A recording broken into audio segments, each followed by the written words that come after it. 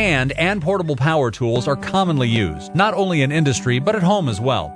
Because they're so commonly used, they often cause a sense of complacency, so always keep in mind the importance of proper care for these tools. Hazard recognition with hand and power tools is easy to overlook, though most tool manufacturers equip them with adequate safety devices. As a Thompson employee who uses power tools, one of your jobs is to inspect your tools before each use for damage. Also, keep in mind to use tools only for the jobs they were intended.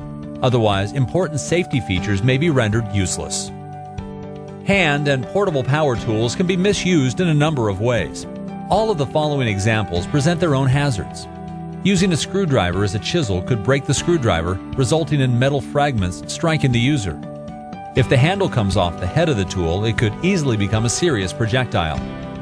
Another common example of misusing a tool is using a wrench that has sprung jaws. Sprung jaws prevent the wrench from adequately clamping on the object, thus resulting in slippage, which could injure the user.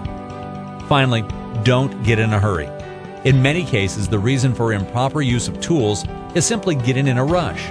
By trying to use a tool you have on hand in the wrong way, instead of taking the time to get the proper tool, you're putting yourself at great risk. The improper use of tools is not the only risk factor we face. Poor housekeeping, for example, is a very common problem. Leaving tools and cords in walkways is a quick way to trip. Also, using tools without first donning the proper PPE is a common risk factor. At Thompson, you should always wear your safety glasses, and if you're using a grinding tool, you should wear both your safety glasses as well as a face shield. Here's a quick list of the types of power tools you may encounter at Thompson. They are not limited to electric tools, but also include pneumatic, liquid fuel, hydraulic, and powder-actuated tools. Regardless of the source of energy, tools offer dangers due to their power, speed, and sharp edges. Each of these types of power tools has specific hazards. Carrying a tool by the cord or yanking the plug can result in loose wires, creating an additional fire hazard. Foreign materials can degrade hoses and cords, exposing electrical wiring. Always disconnect tools when not in use to prevent accidental startup. Anyone watching the work may be exposed to flying debris. If materials are not secured, they can kick back, injuring the operator. Always make sure that cords are not strung through water or other liquids. Although these rules seem obvious or simple, they are often violated. You also want to keep your tools sharp and well lubricated to ensure that they work properly. Do not wear loose clothes, ties, or jewelry when using power tools. Be sure to mark or tag all damaged tools as defective and immediately notify your supervisor so the tool can be taken out of use and repaired. There are a large number of power tools that must be equipped with guards for your protection. Remember that the manufacturer places these guards on the tools for a reason, and they should never be altered or removed at any time. This list shows types of tools you will commonly see equipped with guards. The point of operation is the location where the tool actually performs the work. In-running nip points are the entry type of pinch points. With hand tools, rotating parts and flying chips and sparks are a big concern.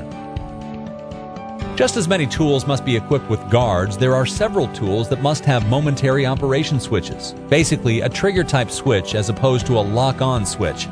These tools include drills, tappers, fastener drivers, horizontal, vertical, and angle grinders, disc and belt sanders, and reciprocating and saber saws. Never bypass the momentary switch by locking the tool in the on position. The trigger switch is designed to cut the power off when released, acting as a fail-safe if the tool is accidentally dropped. Misusing an electrical tool can result in serious injury.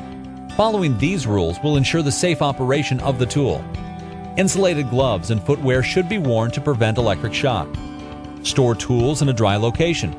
Moisture can affect the electrical circuit in a tool, leading to a possible shock hazard and reducing the life of the tool itself.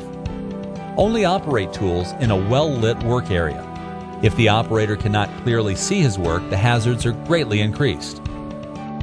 Powered grinding tools deserve some special attention, not only because of the serious hazards they present, but because they are used frequently at almost every Thompson site. Always use eye protection and a face shield when operating a power grinder. Turn grinders off when not in use, and unplug handheld grinders when leaving unattended. Never clamp a handheld grinder in a vise, and never grind on any material that is not safely secured. One very common type of grinder seen often in industrial settings is the Metabo brand grinder. These grinders have become very popular because of their durability and power. However, the higher-powered versions of this tool can be extremely dangerous. Only competent persons with proper training and experience should operate powerful grinders.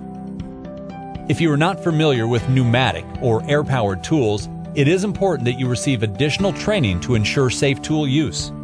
Besides accidentally shooting yourself with one of these tools, the quick burst of air creates forces that can break damaged fasteners, creating very hazardous situations. Also, airlines create a lot of noise when the pressure is released, and therefore operators may be required to wear hearing protection. Powder-actuated tools use a powder charge, as their name indicates, and should only be used by trained employees. A couple of popular brands are Hilti and Ramset. These guns' charges, called shots, are basically bullets that fire a fastener out of a barrel with great force when hit by a striker. They are primarily used to fasten materials into concrete. Always read the manufacturer's operation manual prior to using these tools. Remember, although these are not guns, they can cause damage like one. They should never be left unattended or pointed at anyone.